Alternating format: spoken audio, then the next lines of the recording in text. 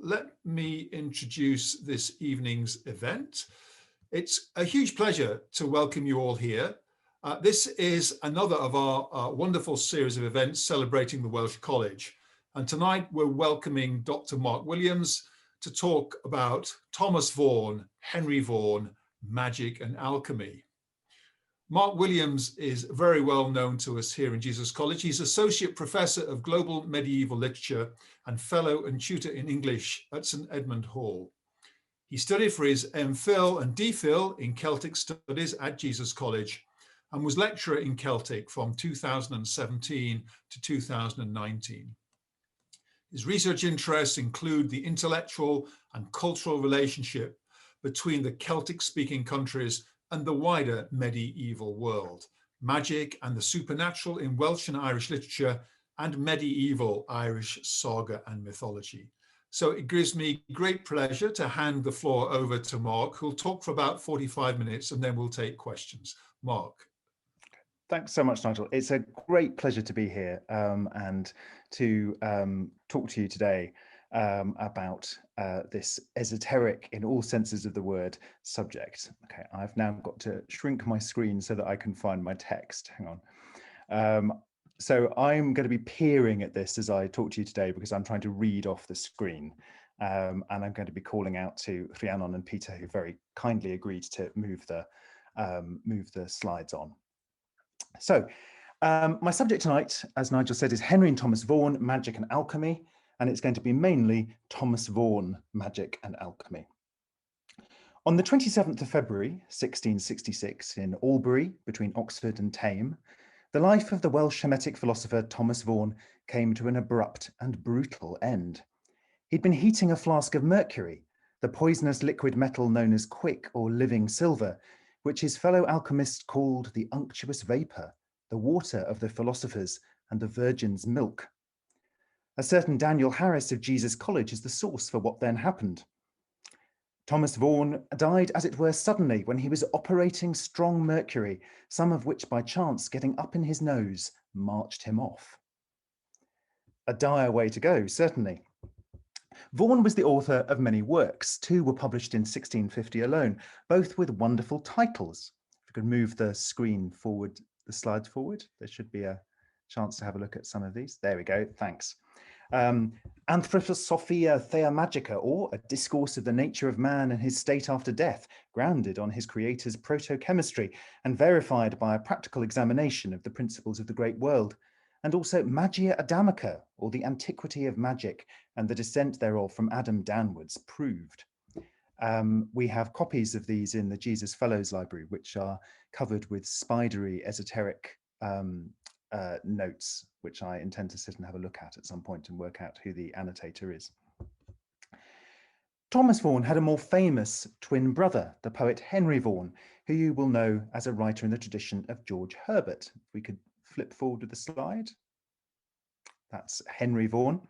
The twins had deep shared interests. Thomas's magical and alchemical interests inflect Henry's poems, and Hermetic philosophy was part of their common intellectual patrimony. We know that they were probably identical twins because contemporaries remarked on how alike they were. And Thomas has suffered quite a lot of neglect relative to Henry, and it's on Thomas that I want to focus tonight. And what I want to do is to introduce early modern Hermetic philosophy to you via Thomas's works and suggest ways in which magic as Thomas Vaughan conceived it might have something to say to us today. What did Christian magic mean in the mid-17th century? And what did it have to do with Wales and with this college? Firstly, some background about the family. The brothers were members of the Vaughan family of Tretower Court. They were born in 1621 at Trenewydd, which is Newton near Brecon, and educated by Matthew Herbert, the rector of Llangattock. They both probably learned English in the course of their education by Herbert. Thomas Vaughan later remarked that English is a language the author was not born to. So we have evidence that they were a Welsh bilingual gentry family. And the local parish was Llan Sant Ffraid, the church of St Bridget. Of the two brothers, it appears that Henry did not enter Jesus College before 1641, unless he did so in 1639 without matriculating. He, in fact, took no degree, but some 2 years later, his father sent him to London to study law. And then because of the Civil War, he was summoned home and for a time acted as secretary to Judge Sir Marmaduke Lloyd. There's reason to think that he then fought on the royalist side in the Civil War. And he's known to have returned home by 1647. And about 1650, he was converted to a religious life under the influence of George Herbert. And George Herbert, aside from the Bible, is the major stylistic influence upon his poetry. He also turned to the reading of devotional works and began to practice as a physician. And he died on the 23rd of April, 1695, and was buried at Llansanfraid. His twin brother Thomas entered Jesus College somewhat earlier than his brother at the end of 1638 and graduated about 1642. He was appointed rector of his native parish of Llansanfraid about 1644, but he too returned to Oxford to join Charles I and fought for him in the Civil War. Partly because of this, and partly because he was absent for so long from his parish, he was deprived of his living in 1650 by the parliamentary commissioners. He then turned to the study of magic and alchemy, first in Oxford and then in London. He published some 8 books under the brilliant pseudonym Eugenius Philalethes, meaning, modestly enough, the well-born lover of truth. So the brothers Vaughan sparked off an idea in my mind as I was thinking about writing this lecture, which is that Hermetic philosophy is like a hidden twin brother standing in the shadows, the twin to the familiar story of the Christian religion. In some ways, they look alike. They have much in common, but they are different entities. I'm using the phrase Hermetic philosophy or occult tradition here and so on, but there is a simpler and more resonant name, magic. And I want to take some time now to introduce this tradition to you. So if we could let some slides, some images appear on the PowerPoint while I make these points, let them play in your imagination as we get a feel of this intellectual world. So Peter or Rhiannon, if we could have the next kind of 7 or so slides in a kind of slow progression over the next few minutes, that would be lovely. Thanks. So early modern magic is a learned tradition at the intersection of theology, mythology, astronomy, and philosophy. And those who subscribed to it believed that it offered insights into the wisdom of God's design for creation, and so for the nature of nature itself. Thus, it's important to stress that it has a relationship to both religion and to empirical science. It was a system of very considerable intellectual complexity. This is not just kind of woolly woo-woo stuff, but stuff that really involves complex thought. Hermetic philosophy ponders the relationship between divinity and creation, between spirit and matter, and the nature of the spiritual powers, principles, and entities believed to animate the cosmos. It's concerned with the relationship between unity and multiplicity. It's concerned too with the position of humanity in the cosmos, with the reality and powers of the human soul, and the question of whether it might be possible for humans to attain more than human, even godlike powers through esoteric knowledge. It also wonders about the perfectibility of flawed humanity and matter. It asks the question, despite original sin, can human beings actively participate in the work of redemption and help to restore the fallen world to its prelapsarian state? Okay, so I hope these images, which you don't necessarily need to understand, but just get a feel for this kind of world. So one of my aims tonight is that this might send some people back to look at Henry and dip their toe into Thomas's opaque but fascinating works for the sheer pleasure of the prose. And in order to make that possible, it's time to introduce some fundamental concepts, the basic framework of ideas which lie behind early modern magic. And one of the ways to do this is by discussing 3 places, 3 cultures really, each of which contributed a strand of thought to the Hermeticism in which Thomas Vaughan and it seems his brother Henry too were steeped. The first of these is ancient Greece, and more generally the traditions of the Greek-speaking parts of the ancient Mediterranean world, traditions which later spread to the world. Greece means the Greek pantheon of gods and goddesses with all their symbols and attributes, which were later to be associated with the planets in astrology and with the various metals in alchemy. The planets, of course, bear the names of the Greco-Roman gods, and their astrological qualities are inflected by the mythologies of those deities.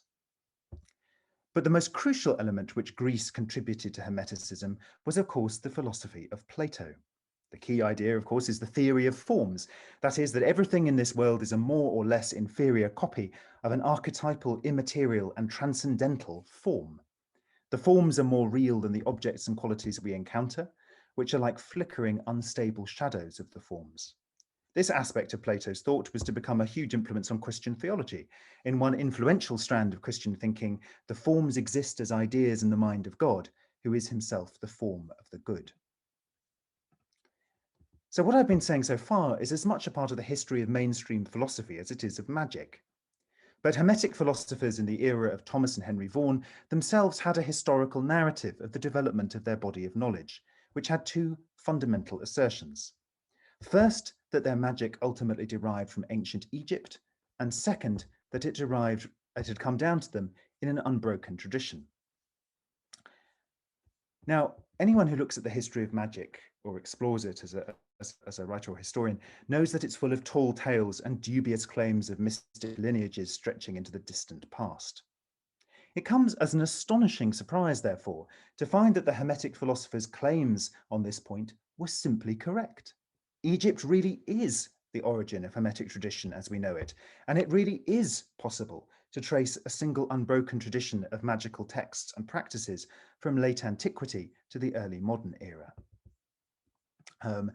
So one classic example is if you look in Tudor books of magic, one of the ingredients that you find in all sorts of magical recipes is a hoopoe's heart, the heart of the hoopoe bird. Hoopoes are rather hard to come by in Britain, but they were a staple feature of ancient Egyptian magic, and we can demonstrate a textual transmission that goes all the way through from late antiquity and Greco-Egyptian texts through to Tudor magical texts. But the relevant Egypt isn't the very ancient Egypt of the pharaohs and pyramids, it's Hellenistic Egypt. That is, Egypt after it had been conquered by Alexander the Great and subsequently ruled by a Greek dynasty, the Ptolemies, who were descended from one of Alexander's generals.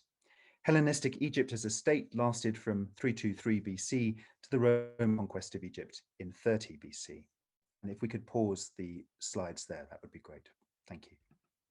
So within this world, Greek speakers and native Egyptians rubbed shoulders for 600 years, with the result being a melting pot of cultural syncretisms. Nowhere was this more the case than in the great metropolis on one of the mouths of the Nile, which Alexander had named Alexandria after himself. The only comparison is somewhere like contemporary London or New York. Alexandria was a place where religions and philosophies of all kinds met, not only pagan, but also Christian in many varieties and sects.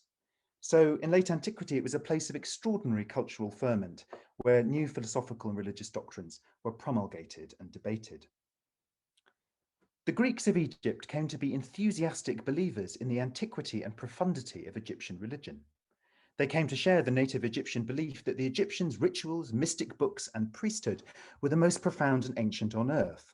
So there's something in common with the way that many Westerners since the 1960s have felt about India and Hinduism. And crucially, because they spoke Greek, some of the mythology and teachings of Egyptian religion were transmitted through them to the Romans and to later European culture, so that something was known of what the Egyptians had believed, even after the knowledge of how to read hieroglyphics was lost around 400 AD. Now, the thinkers of Hellenistic Egypt made two crucial innovations which allowed the subsequent Hermetic tradition to take the shape it did. The first was the philosophy of Neoplatonism. Neoplatonism represents a series of radical reinterpretations of the philosophy of Plato. And its founder figure was Plotinus, who lived in the 3rd century AD. And in his great metaphysical text, the Enneads, he said that there were three principles in reality: the one, intellect, and soul. It's a kind of non-Christian trinity. And Plotinus says that the one contains all ideas of goodness within it, and then that original unity overflows or emanates into creation. And just as light emanating from a source gradually fills progressively larger parts of space, becoming progressively dimmer until it fades into darkness, so the one emanates out into the world.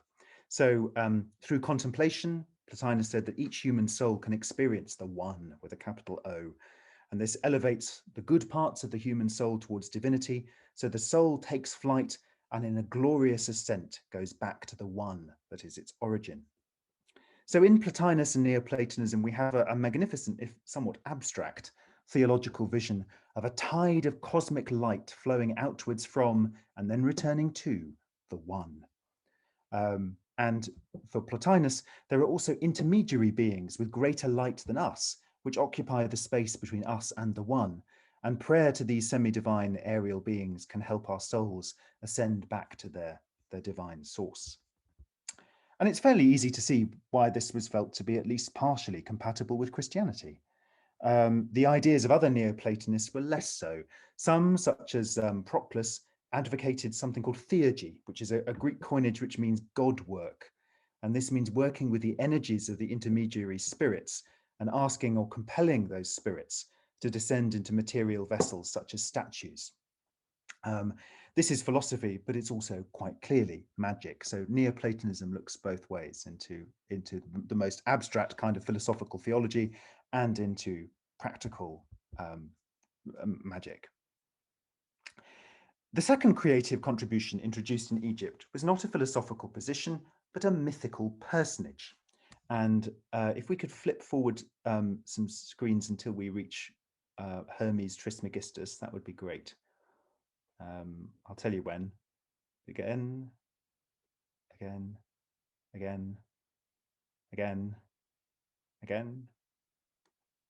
Keep going. Yeah, stop there, thanks. Back one, that would be great. Lovely, thank you. Hermes Trismegistus, thrice greatest Hermes, is the classic example of the cultural synthesis characteristic of Hellenistic Egypt.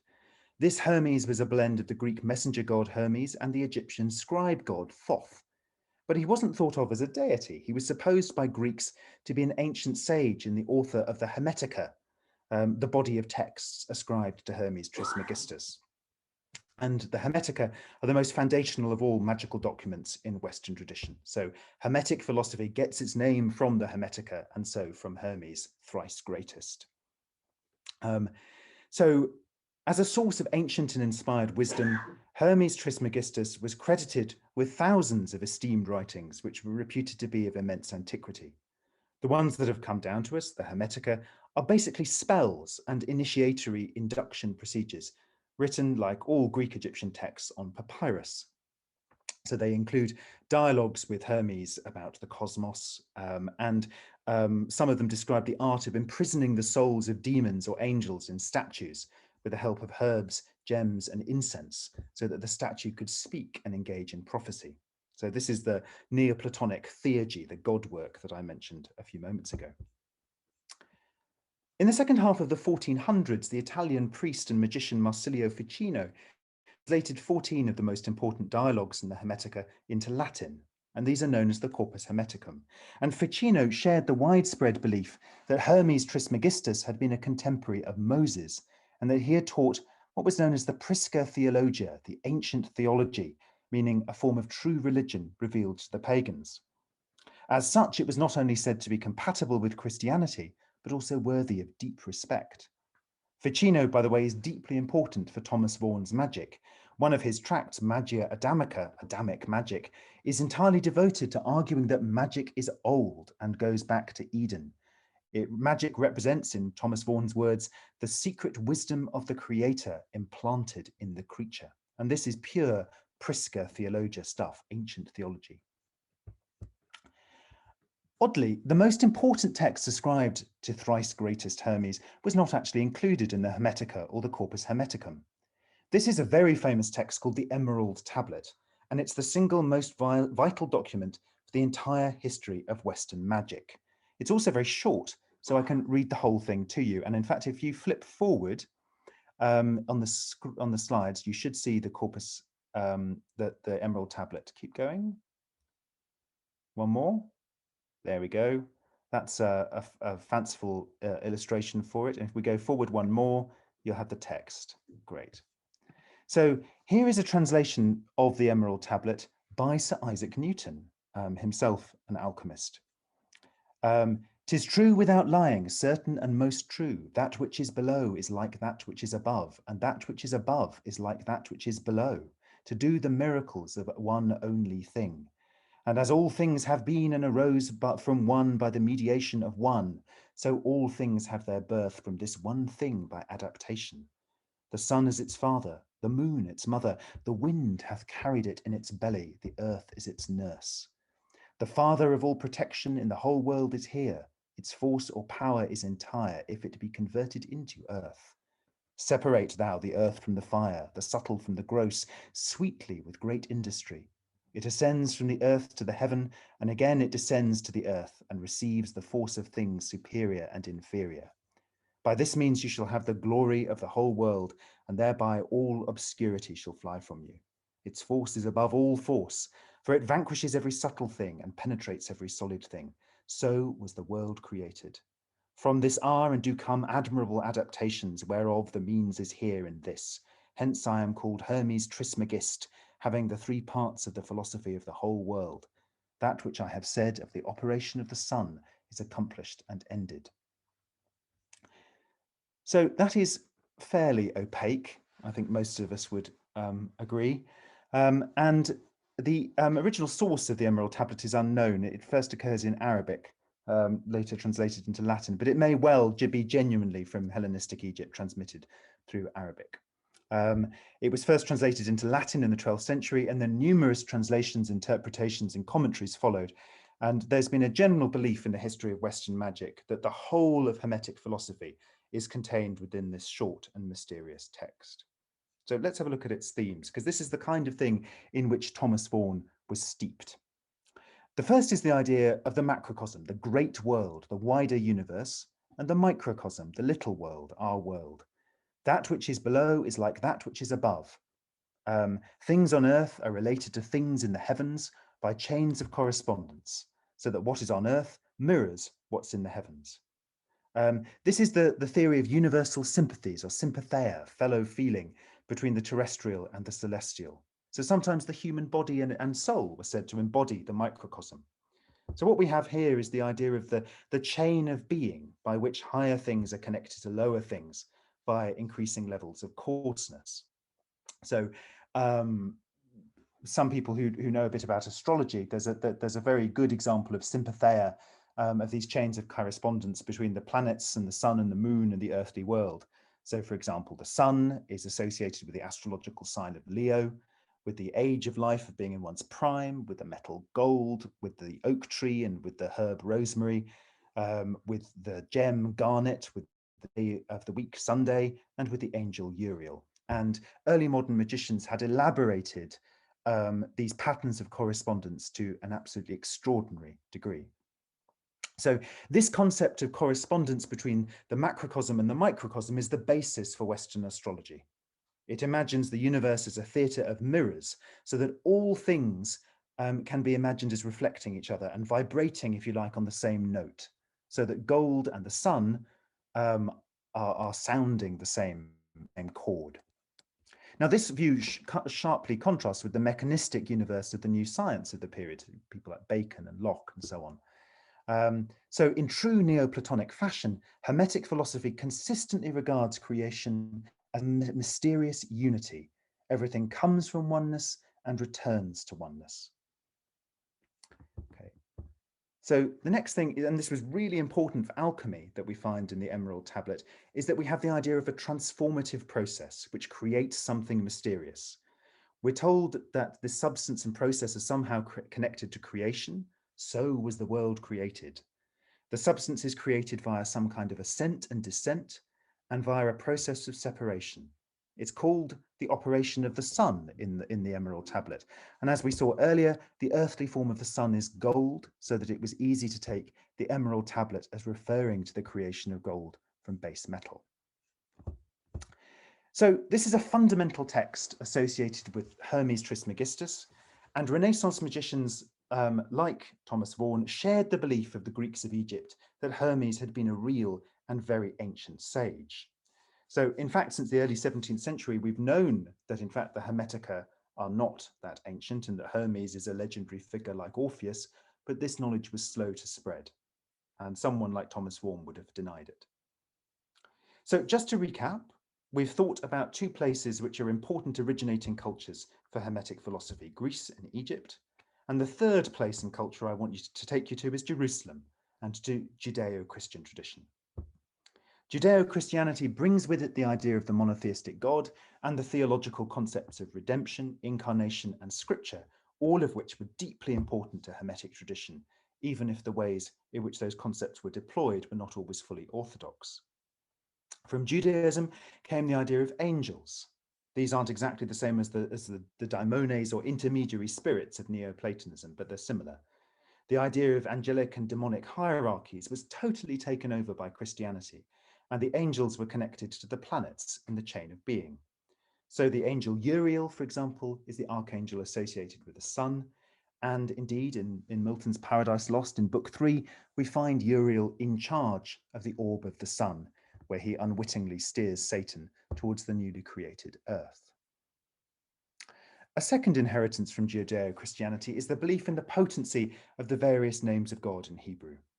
When you look at images of magicians at work from the early modern era onwards, you'll see Hebrew names inscribed in the magic circle within which the magician worked to protect him from the spirits which the ritual was designed to conjure up.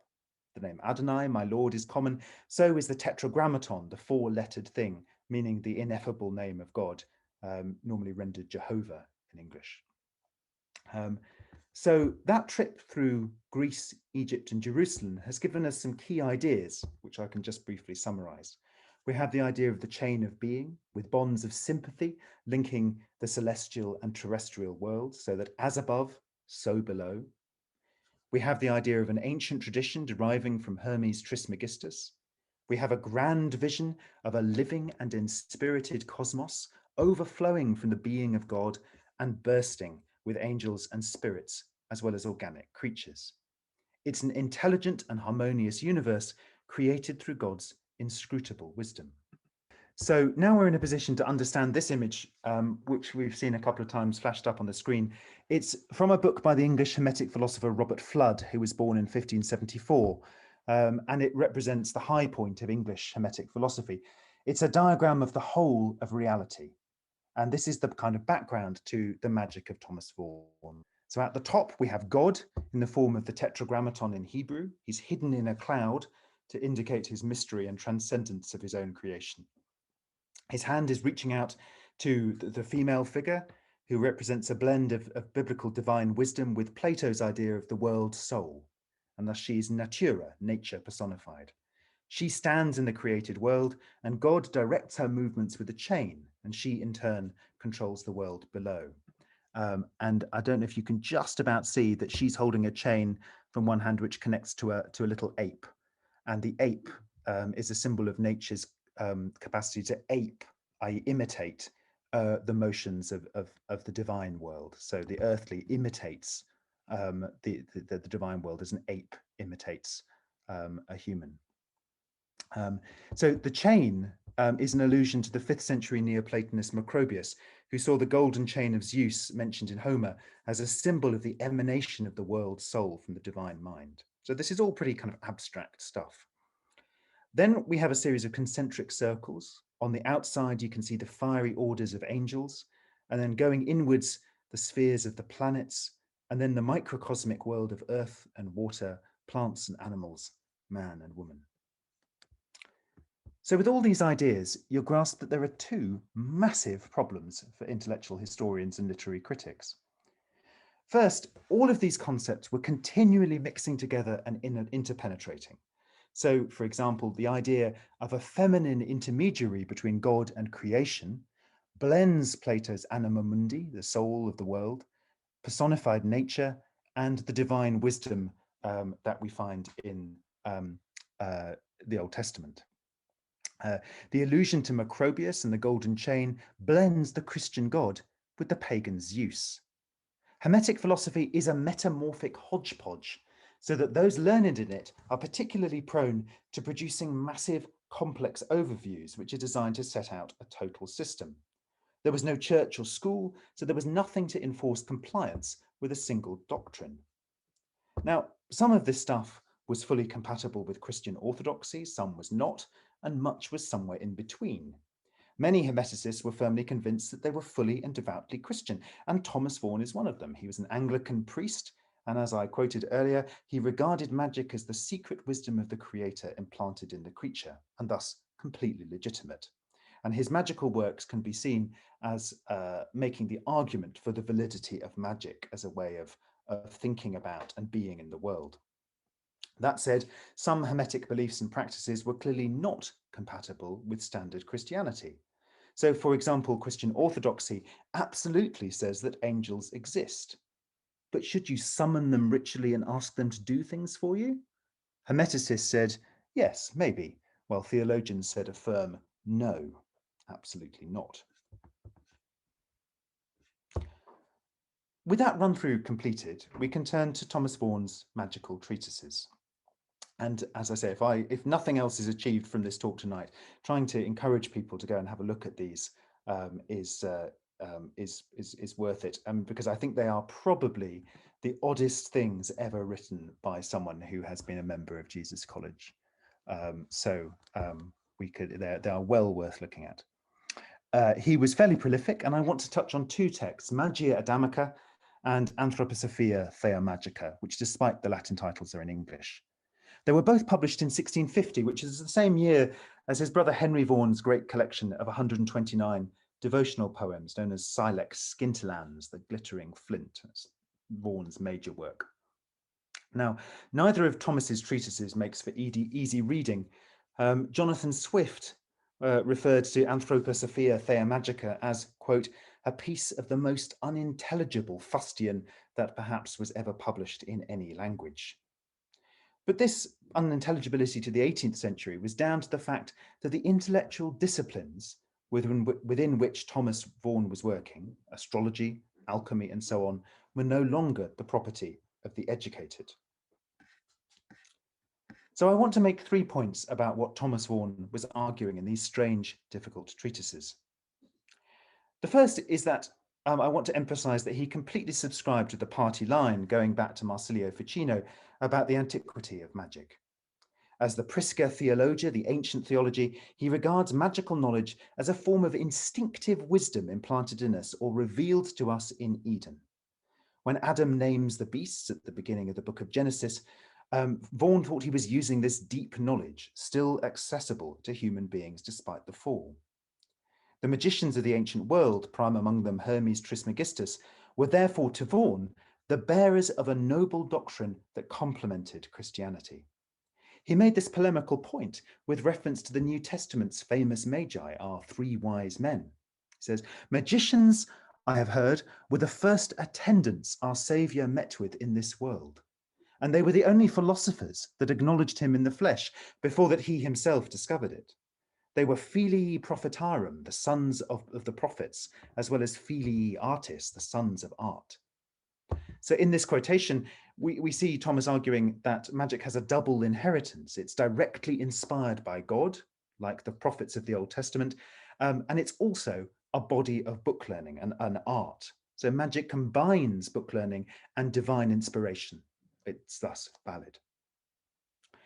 Vaughan, it has to be said, was on a bit of a sticky wicket here, as magic had an inconsistent reputation in the early modern period, to say the least. Although the study of natural magic and natural occult, i.e. hidden phenomena, was technically acceptable, some scholars and churchmen were concerned that these studies might lead to more dangerous spiritual and demonic magic. So we might think about the difference, for example, between Marlowe's Dr. Faustus, who summons up the devil, and Shakespeare's Prospero with his spirit Ariel. They're black magic and white magic respectively, but the principle is the same. The second thing Vaughan was trying to do was to establish the validity of magic, not just per se, but as a tool for inquiry into the natural world, as well as into the realm of the spirit. I mentioned earlier that early modern magic looks both ways, both towards theology and towards emergent natural science. The natural and the spiritual existed on a continuum for Thomas Vaughan. He believed that nature itself was completely permeated by the presence and power of the divine. So theologically, this is what's called panentheism. It's the idea that God is in everything and everything is in God. This is absolutely crucial because it brings us on to how Vaughan and other Hermetic philosophers like him thought about the fall. Vaughan thought that the natural world, though distant from God and perhaps lapsed, was not fallen in the sense of being completely irrecoverable. How might that recovery and restitution be effected, I hear you ask? Well, Vaughan thought that it could be done by the most famous and most mysterious of the Hermetic arts, alchemy. But he means alchemy of a special sort. Speaking very broadly, alchemy can be defined as a mysterious and contradictory process of the transformation of matter. Its origins go back to Egypt once again, where knowledge of chemicals starts because of the importance of the mummification process. Alchemy depends on a knowledge of the hidden properties of matter and the applications of processes to that matter in order to bring about mysterious change. These stages have symbolic names, and the result was supposed to be a purified and perfect substance called the stone, with a capital S, with mysterious properties. Now, one of these properties was chrysopoeia, the ability to turn base metals into gold. But alchemy was also clearly an inward spiritual process, not merely a kind of proto-chemistry, and the stone was in part a metaphor for the transformed and indeed redeemed human being. And alchemy as a tradition is incredibly rich in colourful imagery, which draws on astrology, scripture, the liturgy of the church, classical mythology, bestiaries, and so on, which is why it's so baffling and yet so beguiling. Now, Vaughan's alchemical thought strongly emphasized the spiritual or philosophical dimension of alchemy. To quote him in another tract, he says, "For alchemy in the common acceptation, and as it is a torture of metals, I did never believe, much less did I study it."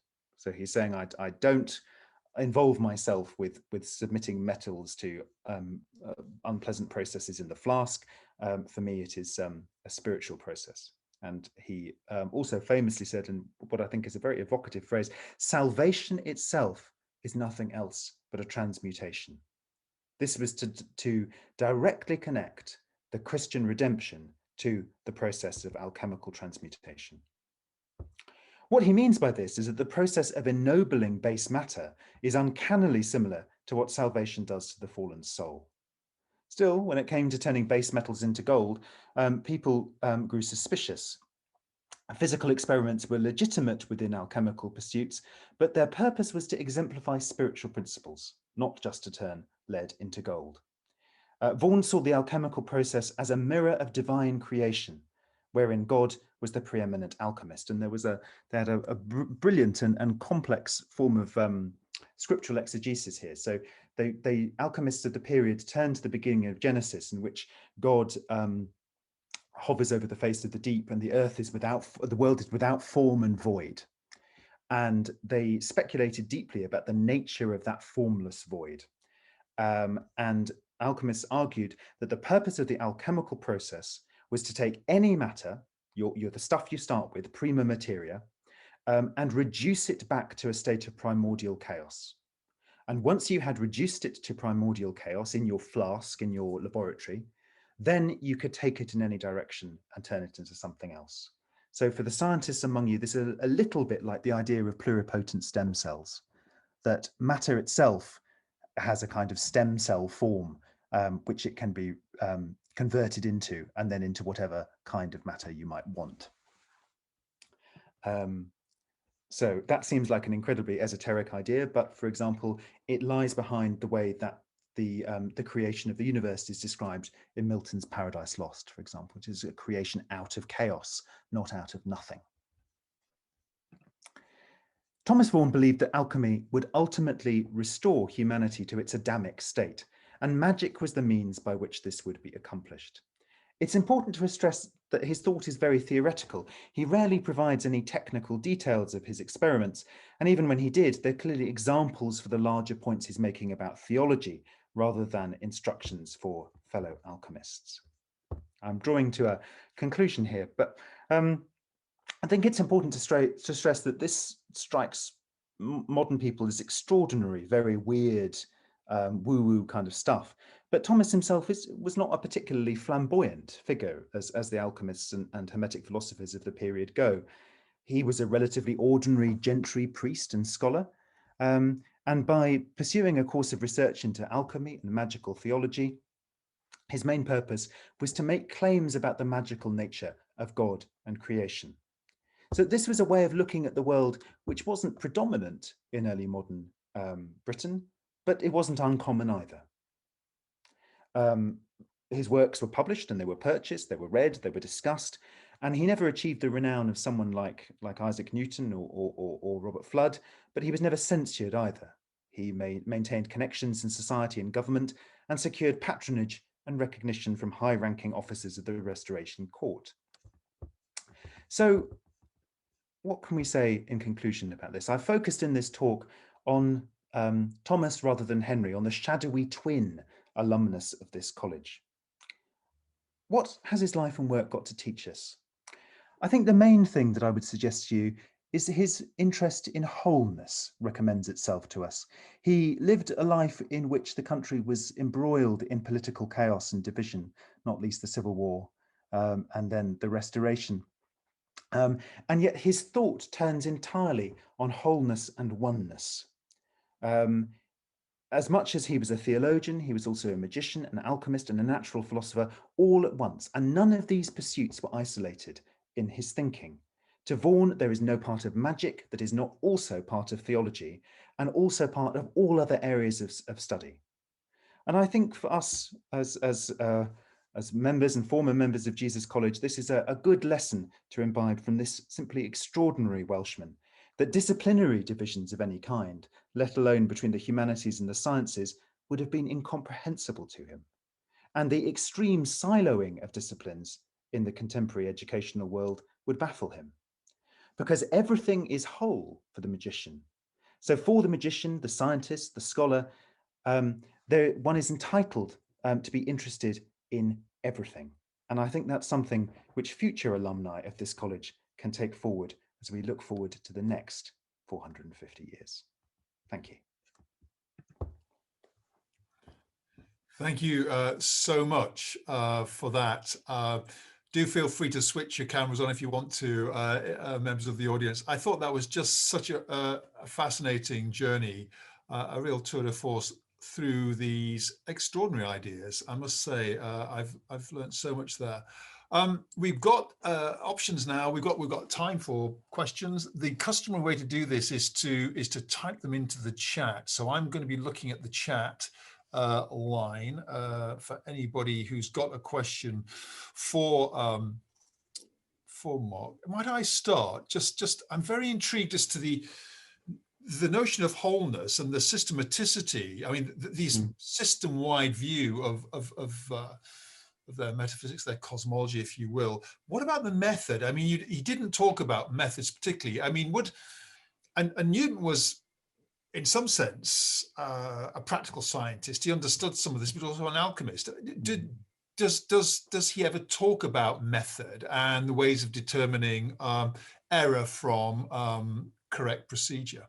Yes, so that's a brilliant question. And I mean, the problem is that because this is a spiritual process as well as a physical one, that there is no kind of control that tells you whether you're getting it right or getting it wrong. The kinds of things that there were very basic debates about how you begin any kind of process. So one of the most important ones is, what do you start with? What do you take as the base material on which you begin to work an alchemical process? And some people thought that you should begin with water. Some people thought that you should begin with earth. Some people thought you should begin with dung. That was a particularly common one, because one of the ideas that's a key part of alchemy is that the base is transformed into the noble. So what's the basest thing you can find? A cow pat. You then subject this material to a series of laboratory processes, and these were given symbolic names. That they normally go through three stages. The first is a blackening or putrefying process, and then a distillation or a cleansing or whitening process, and then a reddening process. But the trouble is, with all this stuff, the language is mythic. Everything is cloaked in metaphor and mythology. So for example, there was a stage called the Cauda Pavonis, the peacock's tail, in which the substance in the vessel is supposed to become multicolored and shine with lots of different colors. And that probably starts from the observation that when you heat certain metals, you get an iridescent skin on top of the metal. But by the time that Vaughan is writing, that has become a kind of mythopoeic stage. So alchemists were also extremely fond of writing in a kind of complex code, which leaves out vital information. It's something that you have to be taught by someone else. It's not something that you can teach yourself from a book. So the alchemical discourse is nightmarishly complex. Ruth Finch, interesting question. To what extent was there a correspondence and exchange of ideas with alchemists in other European countries, or was this very much an English-Welsh school of thought and construct? Yes, so one of the many things I've had to leave out of this talk was the influence of Paracelsus. So Paracelsus is an extraordinary figure of the late 16th and 17th century, who was one of those people who managed to fundamentally change the whole direction of alchemy and medicine by reconsidering some of its fundamental points. So, for example, the traditional view is that there are two factors in matter, normally called sulfur and mercury, male and female. Paracelsus said, no, there are three. There's sulfur, mercury, and salt. And Paracelsus's influence was particularly strong as a way in a new theory of how to make medicines.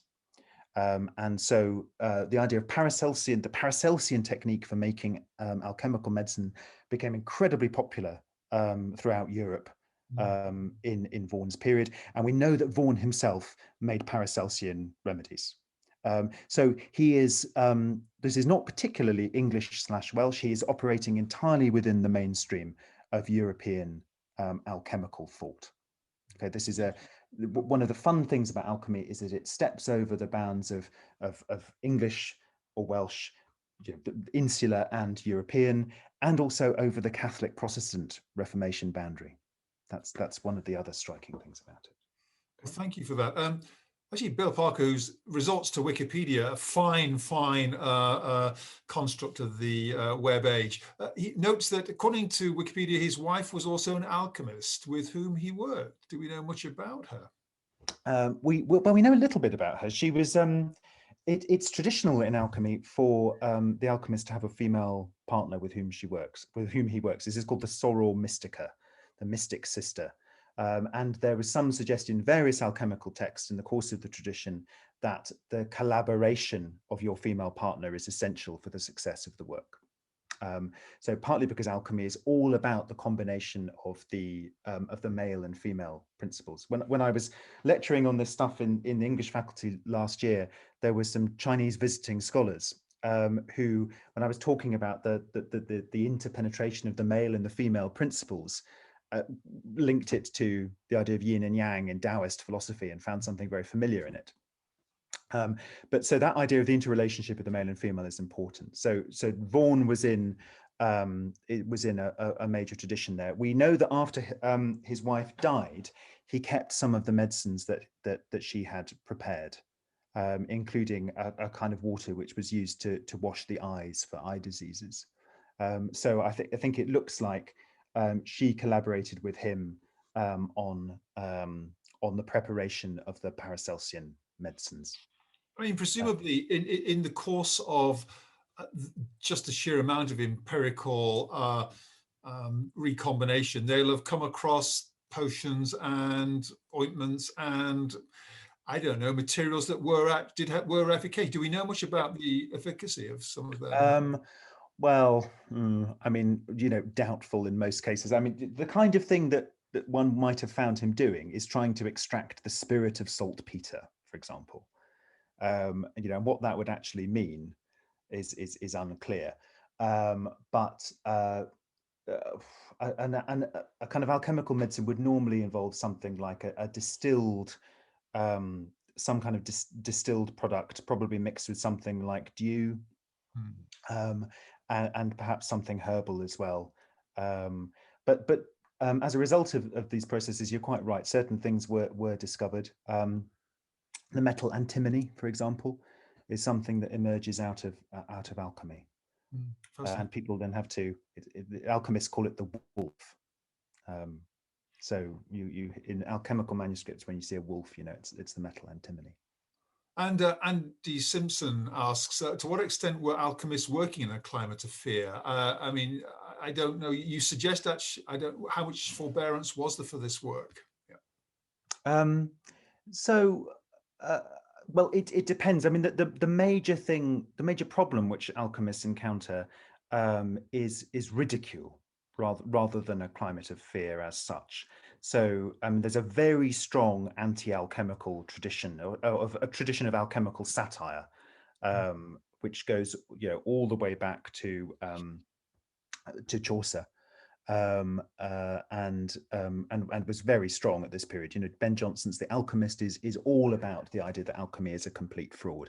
And one of the things that emerges so strongly from reading someone like Thomas Vaughan is that it's not fraudulent. He's absolutely serious. This is a devoutly held belief, and something for which he sees practical evidence in everything he does. When it convinces him as he's doing it. But plenty of people were prepared to say this is a load of rubbish. And you mentioned the Chinese students who were visiting. The question in the chat is, how much connection was there with Eastern philosophy at the time? Was there much interpenetration there? None, obviously. I mean, it's as such. I mean, China has a separate tradition of alchemy, which has some things in common, including the emphasis placed on the metal mercury. And particularly in the form of its ore cinnabar, but Taoist alchemy largely involves trying to make elixirs of long life. But so that there are points of contact between the traditions, but they are largely unconnected at this period. Do we know if Vaughn worked with any other Jesus students on his alchemical experiments? Asked Peter Sutton. Not to my knowledge. Not to my knowledge. And did George Herbert have a similar interest? So much of what you described is contained within George Herbert's The Elixir, Teach Me, My God and King, in all things that lead to see. Yeah. So, that's a very good question. I mean, but partly that one of the points I've been trying to make tonight is that this stuff is not a kind of obscure and hidden tradition within the early modern period. This stuff is in some ways quite mainstream. It's familiar to educated people. You find it in Shakespeare. You find it in the writings of many poets and dramatists of the period. So this is the common property of the several generations. So the ability to use alchemical imagery, the ideas of, as you say, that Herbert's elixir, of transmutation, of distillation, of the stone which causes a miraculous transubstantiation. These are alchemical ideas which are perfectly mainstream as a body of imagery. So they crop up all over the place. And many of Herbert's poems many of Vaughan's poems are absolutely full of alchemical imagery. Actually, that was a lovely follow-up in Richard Cleave's question, which was, are any of the poems of Henry Vaughan that capture the kind of thinking you've been describing? I mean, how did they kind of all of them, actually. I mean, it's everywhere. Every time he uses a word like distill, every time he uses a word like sublime, alchemical imagery is operating. Every time he talks about hidden powers present in nature, a kind of hidden spirit of the world operating, there's a lovely Henry Vaughan line about it being a good idea to walk in groves which, being full of mystery, do much advance the soul.